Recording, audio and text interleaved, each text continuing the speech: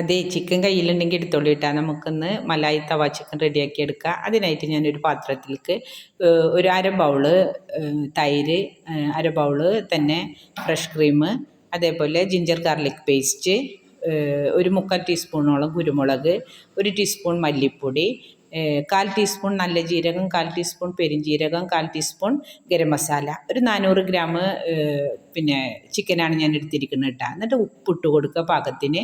പിന്നെ കസൂരി മേത്തി ഇട്ട് കൊടുക്കുക. അതേപോലെ ഒരു 4-5 ടീസ്പൂണോളം ഒലിവ് ഓയിൽ ഒഴിച്ചിട്ട് നന്നായി തിരുമ്പിയെടുക്കുക. ഒരു 15 മിനിറ്റ് നേരം റെസ്റ്റ് ചെയ്യാൻ വെക്കാം. ഇപ്പം ഏകദേശം 15 മിനിറ്റ് ആയിട്ടുണ്ട്. അപ്പം ഞാനൊരു പാൻ അടുപ്പിൽ വെച്ചിട്ട് തേച്ച് വെച്ചിരിക്കുന്ന ചിക്കൻ ഉണ്ടല്ലോ, അത് അതിലിട്ട് കൊടുക്കുക. വെള്ളമൊന്നും വേറെ ഒഴിച്ച് കൊടുക്കണ്ട, ചിക്കനിൽ നിന്ന് തന്നെ ഇറങ്ങി വരും കേട്ടോ. ഒരു 15 മിനിറ്റ് നമുക്ക് മൂടി വെച്ച് വേവിച്ചെടുക്കാം.